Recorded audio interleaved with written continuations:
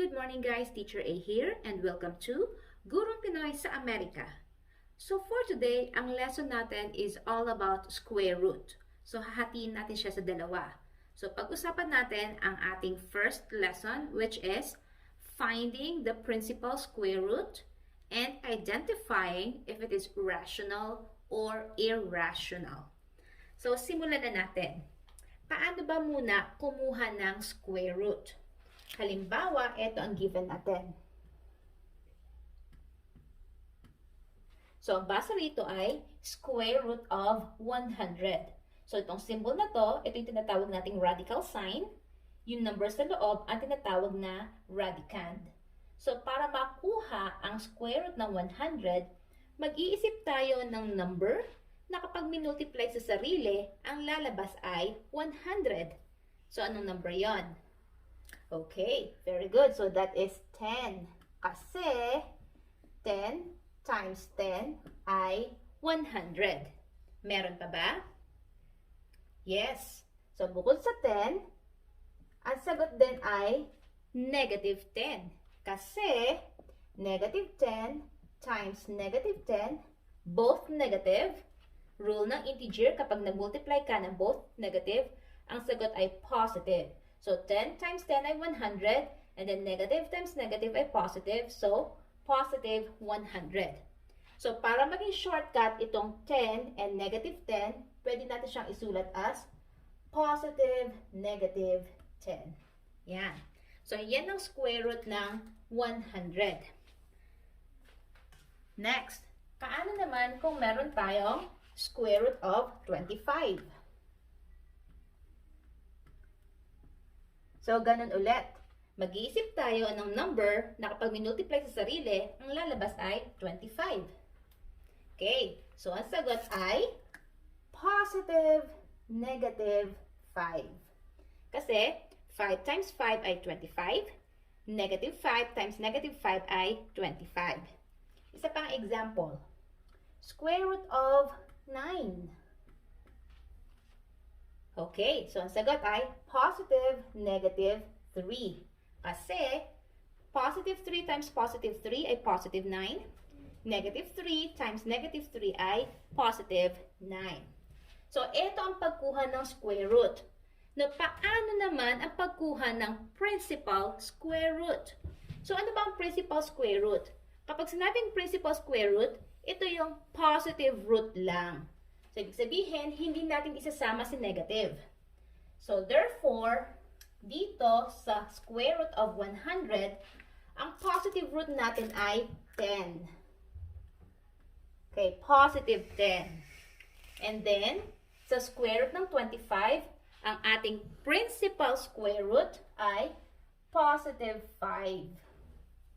Okay, hindi kasama si negative kasi principal square root ang hinahanap. And then, ang principal square root ng 9 ay positive 3. Yan. So, kung mapapansin nyo, itong ating tatlong examples, sakto nakuha natin yung mga square roots. Kasi yung mga given na to ay mga perfect square. So, kung nakuha natin ang mga square roots nila, itong mga squares na to ay mga rational roots. So, silang tatlo ay rational roots.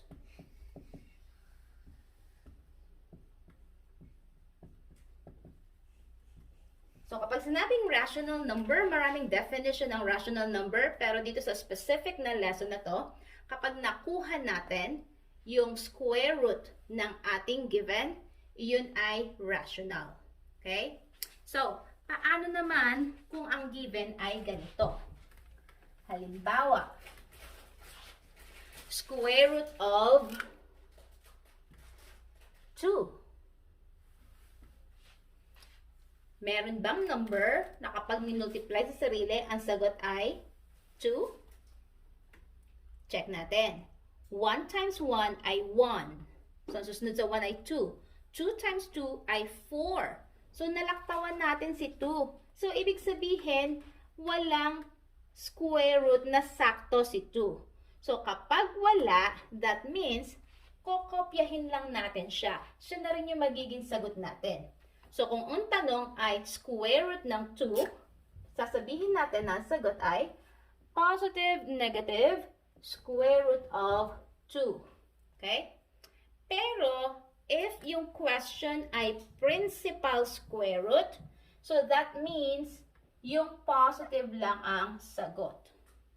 Now, since hindi natin siya nailabas, hindi sakto ang sagot, that means itong root natin, itong ating principal square root ay irrational.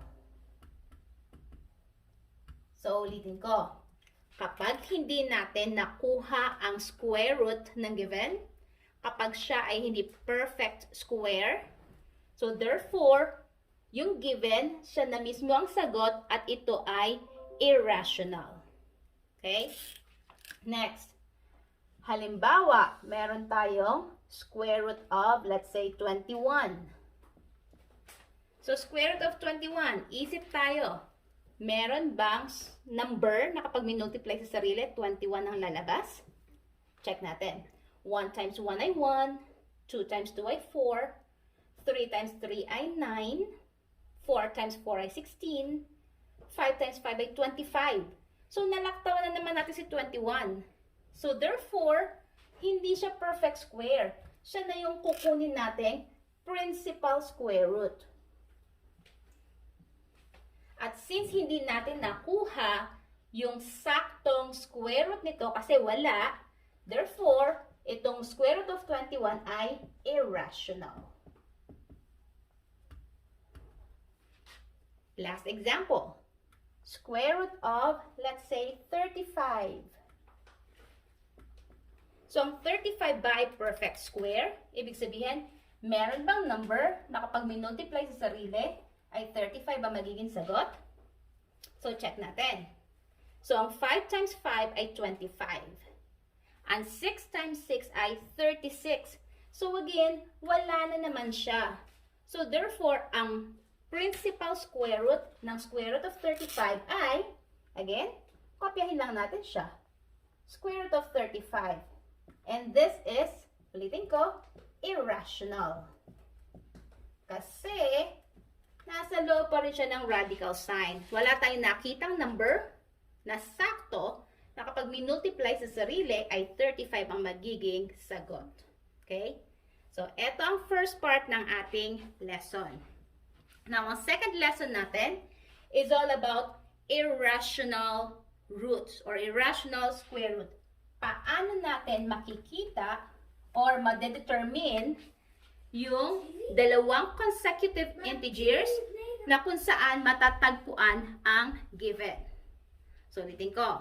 Ang second lesson natin is determining which two consecutive integers the square root lie.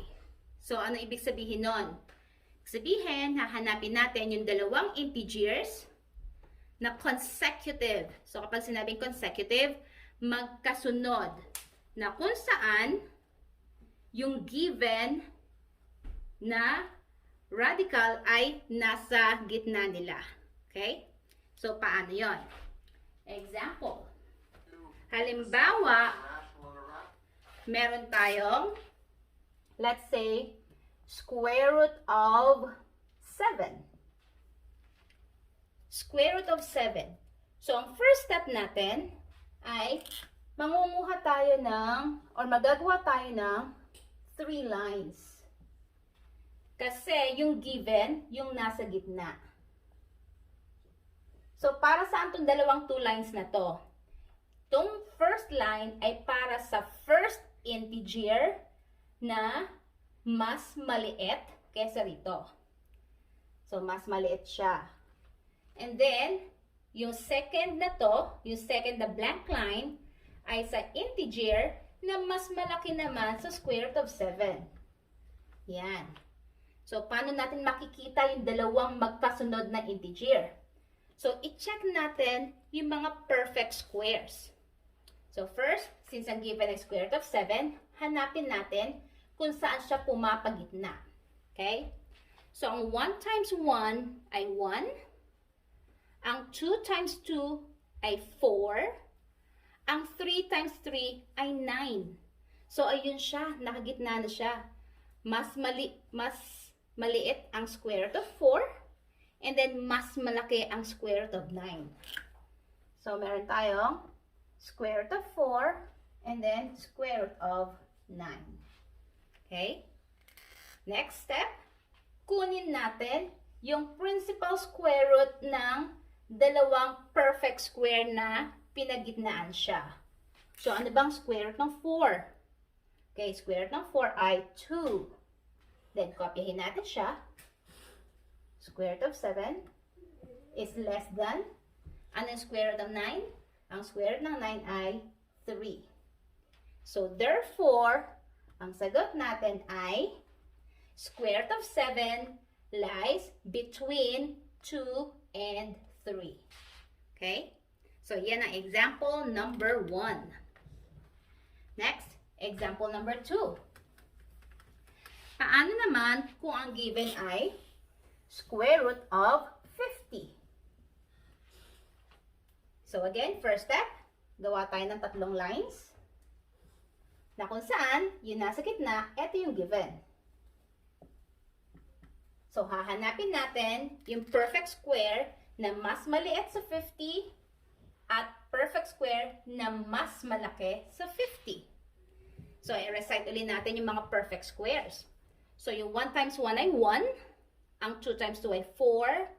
3 times 3 ay 9. 4 times 4 ay 16. 5 times 5 ay 25.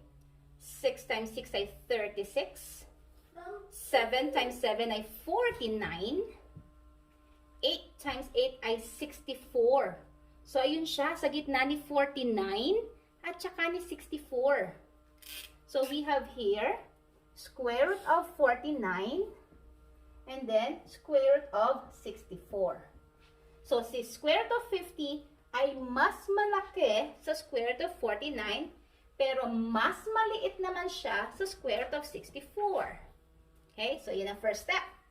Next, kunin natin yung principal square root ng dalawang perfect square. Ano bang square root ng 49? Okay, principal square root ay 7. And then, kopyahin natin si square root of 50. And then, less than, ano ang principal square root ng 64? Okay, 8. So, kung mapapansin nyo, si 7 tsaka si 8 ay magkasunod. Okay? So, therefore, ang sagot natin ay 7 is less than square root of 50, which is less than 8. Or, therefore, we can say na square root of 50 is in between 7 and 8. Okay? Last example. Paano naman kung ang given ay, let's say, square root of 90. Yan. So again, first step, gawa tayo ng tatlong lines. Wherein, yung nasa gitna, yung given. So, ano yung perfect square na mas maliit sa 90 at mas malaki sa 90? So, dapat solvin yung lahat ng perfect squares, especially from 1 through 10. Kasi pagdating ng 11 onwards, pwede na siyang trial and error. So, 1 times 1 is 1, 2 by 2 is 4, sa 3 ay 9, sa 4 ay 16, sa 5 ay 25, 6 is 36, 7 times 7 is 49, 8 times 8 is 64, 9 times 9 is 81, 10 times 10 is 100. So, ayun siya. Between siya ng 81, mas maliit ng 81 sa kanya, and then mas malaki naman si 100. So, we have here square root of 81 and square root of 100. So, next, kunin natin yung principal square root ng dalawang perfect squares. Ano bang principal square root ni 81? Again, that's 9. Kasi 9 times 9 ay 81. And then, kopyahin natin yung given. So, is less than square root of 90, which is less than, anong square root ng 100? Okay, that's 10. So, again, kung mapapansin nyo, si 9 tsaka si 10 ay magkasunod. So, therefore, ang sagot natin ay 9 is less than square root of 90, which is less than 10. Or, we can say, therefore, square root of 90 is in between 9 and 10. So, that's it. So, kung sa tingin nyo nakatulong yung video ko sa lesson nyo, kindly give me a like para i-share to ni YouTube sa iba. So, that's it for today. Paalam!